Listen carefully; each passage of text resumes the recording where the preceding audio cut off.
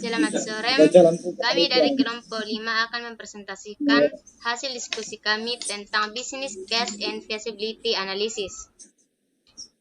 Business Case and Feasibility Analysis atau kasus bisnis dan analisis kelayakan.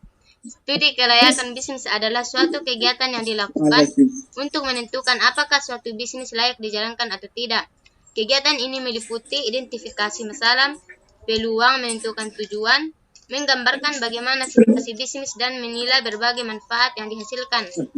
Dalam kaitannya dengan bisnis, studi ini bisa digunakan untuk membantu pengusaha mengambil sebuah keputusan yang tepat. Bagi seorang pemula, studi ini sangat penting dilakukan karena dapat menghindarkan pebisnis dari kerugian. Ada 4 bidang yang akan diteliti dan dianalisis. 1.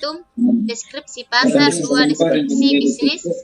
3. Teknologi yang diperlukan. 4. Detail mengenai finansial dan struktur organisasi bisnis tersebut. 5. Kesimpulan bagaimana bisnis yang dirintis bisa maju. Aspek-aspek studi kelayakan bisnis. 1. Aspek hukum atau legalitas. Salah satu aspek yang pasti diteliti ketika studi kelayakan dilakukan adalah aspek hukum atau legalitas. Hal ini menyangkut pada semua hal yang berhubungan dengan legalitas atau ketentuan hukum dalam mendirikan perusahaan. 2. Aspek ekonomi dan budaya. Pada aspek ekonomi dan budaya, studi kelayakan menganalisis dampak yang diakibatkan oleh perusahaan pada kondisi sekitar. Kemudian aspek pasar dan pemasaran. Pasar dan pemasaran merupakan aspek dasar yang diteliti dalam studi kelayakan. Analisis yang dilakukan pada aspek ini akan menjawab pertanyaan apakah produk yang dihasilkan oleh perusahaan memiliki peluang pasar. Aspek keuangan.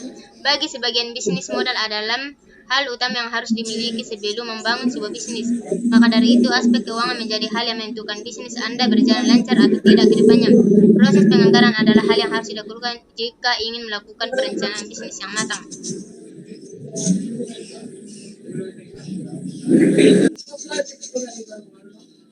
Bismillahirrahmanirrahim. Baiklah, saya akan melanjutkan pembahasan yang dibawakan oleh teman saya, yaitu tujuan melakukan studi kelayakan bisnis. Seperti yang telah diketahui, studi kelayakan bisnis memiliki peranan yang vital dalam menentukan keberhasilan sebuah bisnis. Namun, apa sebenarnya tujuan dan dari kegiatan ini?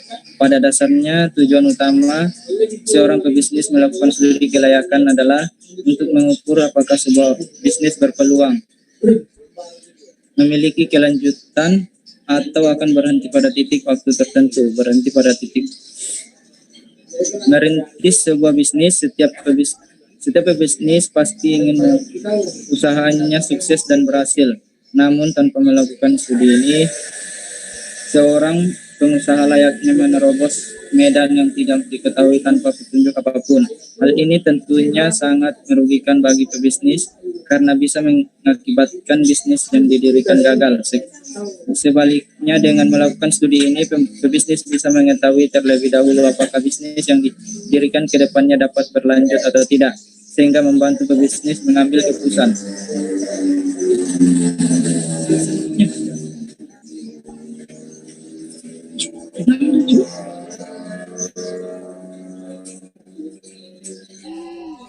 Tidak muncul, Ki.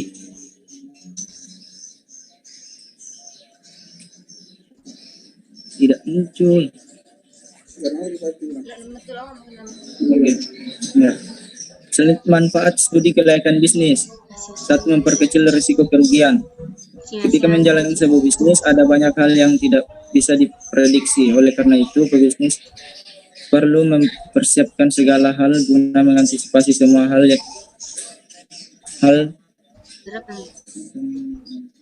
yang terjadi di masa depan. Dengan melakukan analisis studi kelayakan, pebisnis dapat memperkecil risiko yang dapat terjadi pada perusahaan, baik itu risiko yang bisa dikendalikan maupun risiko yang tidak dapat dikendalikan. Akibatnya, apabila perusahaan merugi, kerugian yang diterima tidaklah besar. 2. Mempermudah perencanaan bisnis. Saat melakukan analisis kelayakan usaha, pebisnis akan mendapatkan segala informasi yang berhubungan dengan bisnis yang akan dirintis, termasuk kelebihan dan kekurangan bisnis.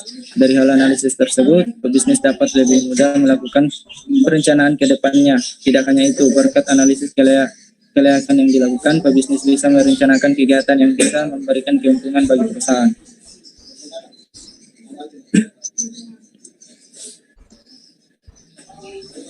Stupid.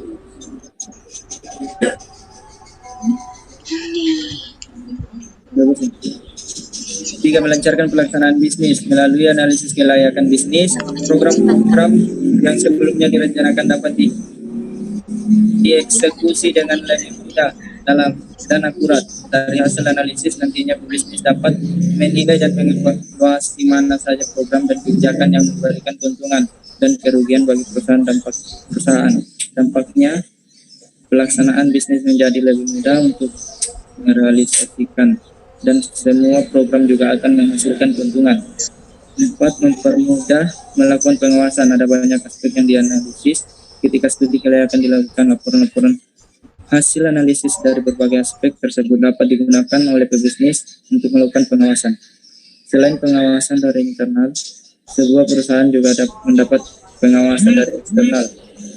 Melalui hasil analisis studi kelayakan, pihak berwenang akan lebih mudah melakukan pengawasan dengan berpedoman pada laporan analisis tersebut.